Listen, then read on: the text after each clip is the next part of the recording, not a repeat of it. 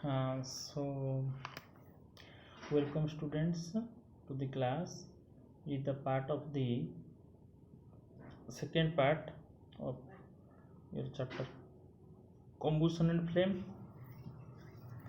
We just started it combustible substance non combustible substance. ठीक है, देखो फ्यूल का कुछ टेम्परेचर होता है जो टेम्परेचर में वो हीट होता है बर्न होता है. ठीक है, मतलब जो lowest temperature at which substance catch fire that is called as ignition temperature. ठीक है, उसको क्या बोलते हैं हम? इग्नाइशन टेम्परेचर बोलते हैं. ओके, उसके बाद आता है इनफ्लेमेबल सब्सटेंस. ठीक है, जो सब्सटेंस का ठीक है इग्नाइशन टेम्परेचर बहुत लो है. ठीक है, और वो फायर इजीली कैच कर सकता है. ठीक है, उसको इनफ्लेमेबल सब्सटेंस बोलते हैं. उसका इग्नाइशन टेम्परेचर बहुत लेस है. ठीक है, इसीलिए वो इजीली कैच करते हैं फायर. समझ में आ रहा है कि नहीं? वो इजीली कैच करते हैं फायर क्योंकि उसका इग्नाइशन टेम्परेचर वेरी लेस है. जैसे कि हमारा एलपीजी हो गया. ठीक है, तो एलपीजी जो है मतलब वेरी लेस टेम्परेचर में उससे क्या होता है वो बर्न हो जाता है. समझ में आ रहा है कि नहीं? तो उस टाइप के इन्फ्लेमेबल सब्सटेंस बोलते हैं. Okay, next comes to our fire. Fire जो होता है जो फायर हुए कुछ भी सब्सटेंस है ऑक्सीजन और फ्यूल में केमिकल रिएक्शन केमिकल कम्बुशन होने से रिजल्ट होता है. That means it is the result of chemical combustion between a substance and oxygen. ठीक है, so how long a fire last, कितना देर तक मतलब फायर लास्ट होगा डिपेंड करता है कितना अमाउंट ऑफ फ्यूल है या ऑक्सीजन है. समझ में? फ्यूल अगर नहीं है तो बर्न नहीं होगा और ऑक्सीजन जितना है उससे कम हो गया तो क्या होगा? बर्न नहीं होगा. ओके, देखो कैंडल फ्लेम है फायर का एक ट्रायंगल. फायर होने से जनरेशन फायर के लिए हमें 3 थिंग्स को साइमल्टेनियसली याद रखना पड़ेगा. फर्स्ट होता है कॉम्बस्टिबल मटेरियल, मतलब फ्यूल चाहिए हमें. बर्न होगा तो कैसे बर्न होगा? फ्यूल चाहिए, फ्यूल बर्न होगा.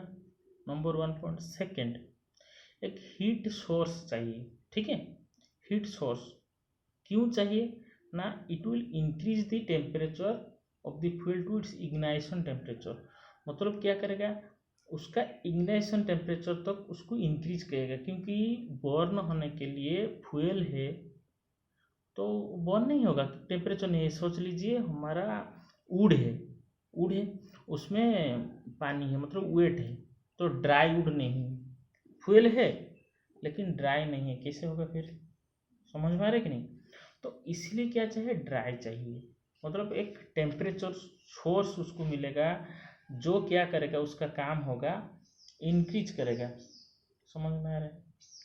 नेक्स्ट क्या चाहिए? बर्न होने के लिए ऑक्सीजन चाहिए. बर्न होने के लिए क्या चाहिए? ऑक्सीजन चाहिए. ओके, कॉम्बुशन के लिए क्या चाहिए? ऑक्सीजन चाहिए. अगर ऑक्सीजन नहीं है तो बर्न नहीं होगा. समझ में आया? तो ऑक्सीजन चाहिए बर्न होने के लिए. ओके, तो ये 3 सब्सटेंस को हम 3 ट्रायंगल बोल सकते हैं. मतलब ट्रायंगल का जैसे 3 साइड से इसी तरह बर्न होने के लिए कॉम्बुशन होने के लिए 3 चाहिए. ठीक है, तो फ्लेम क्या है? It is the visible and gaseous part of the fire. Fire का जो विजिबल पार्ट है और गैसियस पार्ट है उसको हम फ्लेम बोलते हैं. उसको क्या बोलते हैं? हम फ्लेम बोलते हैं. We see the flame is the light energy released due to the combustion of fuel. मतलब क्या है समझो, मतलब फ्यूल बर्न होता है तो बर्न होने से लाइट एनर्जी जो रिलीज होता है, ठीक है, तो वहाँ से फ्लेम निकलता है. ओके, देखो फ्लेम का डायग्राम में जस्ट वॉच करो. एक फ्लेम है, कैंडल फ्लेम है, उसका क्या क्या पार्ट है. देखो पूरा outermost zone of complete combustion जो है outermost part that is our hottest part, outermost zone. ठीक है, फिर आता है हमारा मिडिल जोन. मिडिल जोन में क्या होता है? मॉडरेटली हॉट है और पार्शियल कॉम्बुशन उसमें होता है. क्या होता है? Partial combustion. ठीक है, फिर जो टोटल इनर मोस्ट जोन है that is our unburnt wax vapour है. ठीक है, unburnt wax vapour. Okay. So फिर जाएंगे हमारा, बोल दे रहा हूँ, देखो जो स्ट्रक्चर ऑफ फ्लेम तुम लोग बोला जाएगा, अगर डिस्क्राइब करना है, शॉर्ट क्वेश्चन ही पूछ सकते हैं, लॉन्ग क्वेश्चन पूछ सकते हैं, कैसे होगा देखो। जो फ्लेम का स्ट्रक्चर है, जो आउटर मोस्ट जोन है, that is our the hottest part, ठीक है, ऑल एमंग द जोन, और उसका कलर जनरली क्या होता है, ब्लू इन कलर होता है। That means it is the region of complete combustion, क्योंकि हमें पता है कंप्लीट कम्बुशन होने से ब्लू कलर होता है। तो ये अगर ब्लू कलर है दैट मीन्स कंप्लीट कम्बुशन हो रहा है।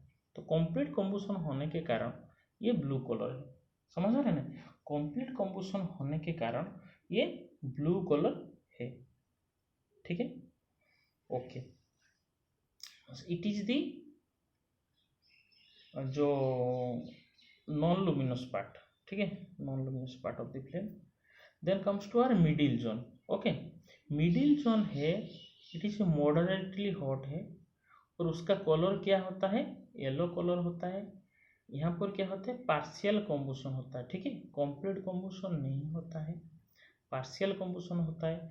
और ये है ब्राइटेस्ट पार्ट, फ्लेम का ब्राइटेस्ट पार्ट है, ठीक है। नेक्स्ट आता है हमारा इनर मोस्ट जोन, ठीक है। इनर मोस्ट जोन क्या है, लीस्ट हॉट है और ब्लैक कलर का है, ठीक है। इनर मोस्ट जोन क्या है, लीस्ट हॉट और ब्लैक कलर है, ठीक है। क्यों ब्लैक कलर है, क्योंकि उसमें ऑनबोर्न वैक्स वेपर है, समझ में आ रहा है कि, क्योंकि उसमें ऑनबोर्न वैक्स वेपर है, बर्न नहीं हो रहा है, इसीलिए टेम्परेचर बहुत लेस है और ब्लैक कलर है, समझ है। So that is our the structure of flame, हो गया। फिर देखो स्मोक प्रोडक्शन होता है, क्या प्रोडक्शन होता है, स्मोक। देखो जो कंप्लीट बर्न होता है, अनबर्न होता है, तो भी स्मोक होता है फॉर्मेशन। तो देखो जो सोच लिए कि मतलब वुड ड्राई नहीं हुआ है, उसको बर्न कर रहे हैं, या कुछ लीव्स है, मतलब लीव्स ड्राई कम्प्लीटली नहीं है, तो as it is completely not dry, completely not dry, so it forms smoke, ठीक है।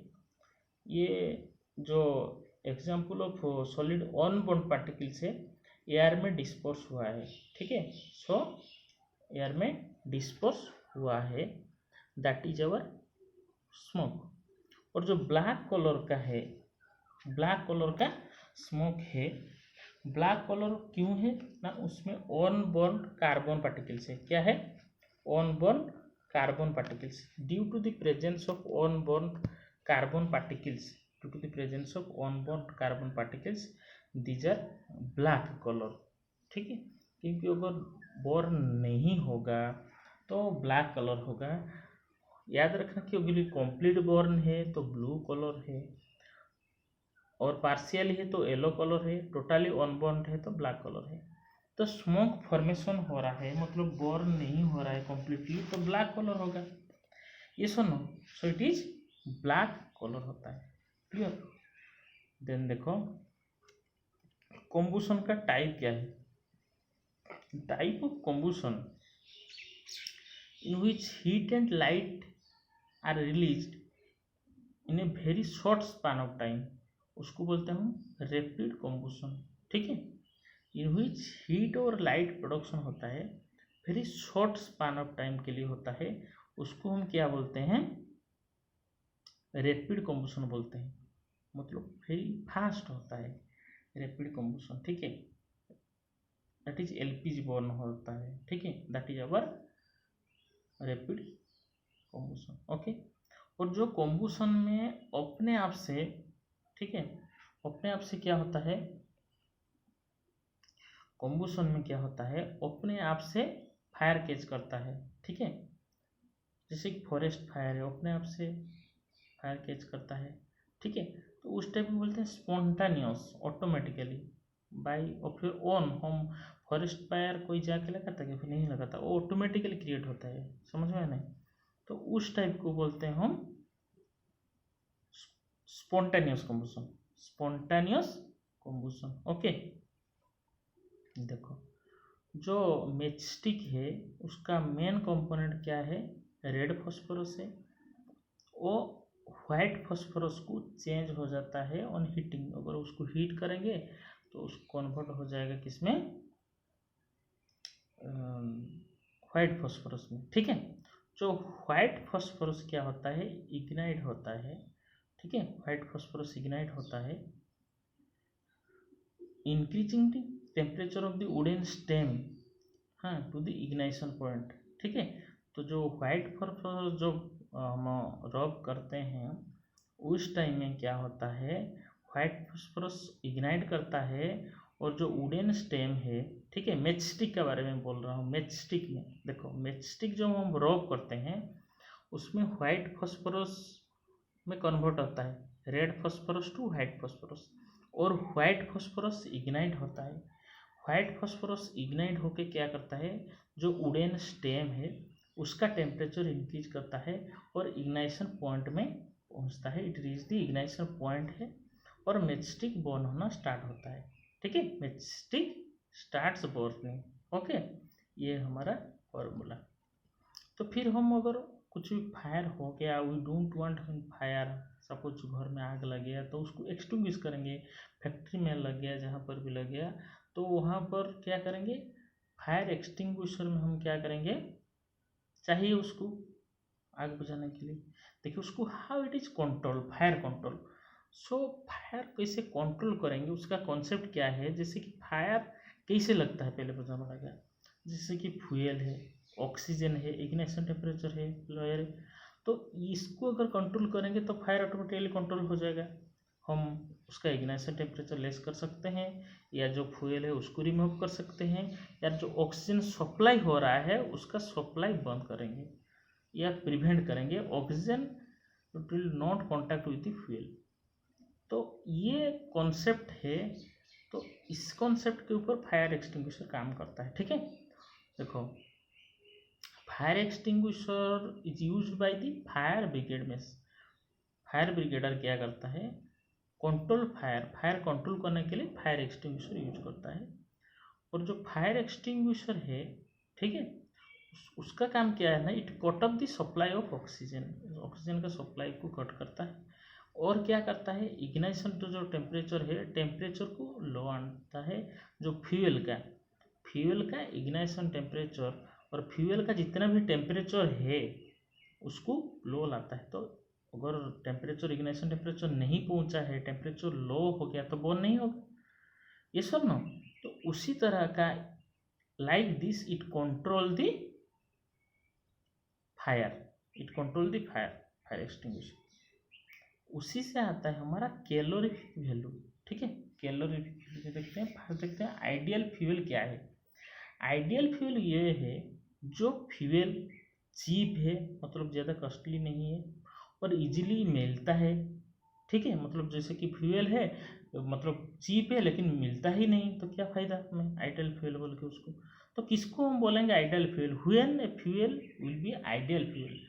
कब बोलेंगे आइडियल फ्यूल हम, ना फ्यूल चीप होगा, बहुत लेस रेट में मिलेगा, नहीं कि फ्यूल है बहुत हाई रेट है तो हमें नहीं मिल सकता, हम खरीद नहीं सकते, तो उसको आइडियल फ्यूल हम नहीं बोलेंगे। समझ में आया। और अवेलेबल होना चाहिए। ठीक है, और फास्ट है, अवेलेबल होगा लेकिन कॉम्बस्टिबल नहीं है, तो कॉम्बस्टिबल भी रेडीली होना चाहिए।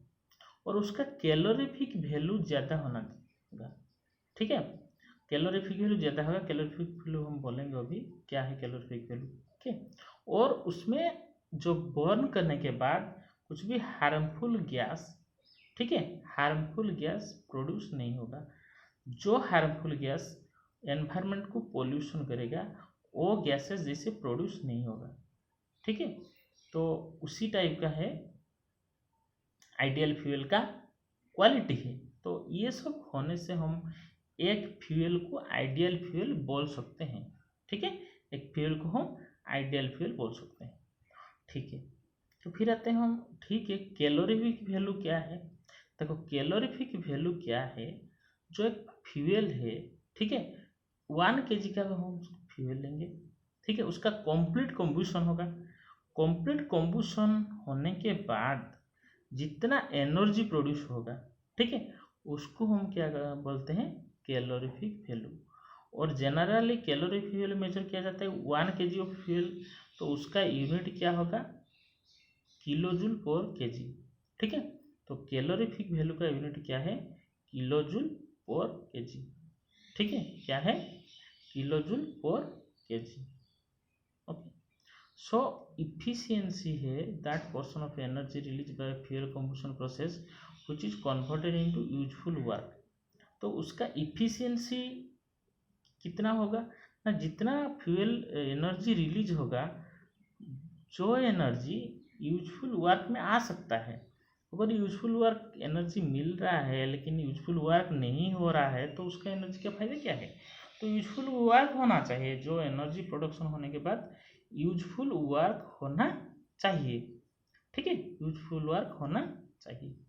ओके, कैलोरीफिक वैल्यू उसका इफिशियंसी को डायरेक्टली प्रोपोर्शनली हम बोल सकते हैं कि अगर कैलोरीफिक वैल्यू ज़्यादा है तो उसका इफिशियंसी ज़्यादा होगा। ठीक है, if value is high, calorific value high है तो उसका इफिशियंसी हम हाई बोल सकते हैं।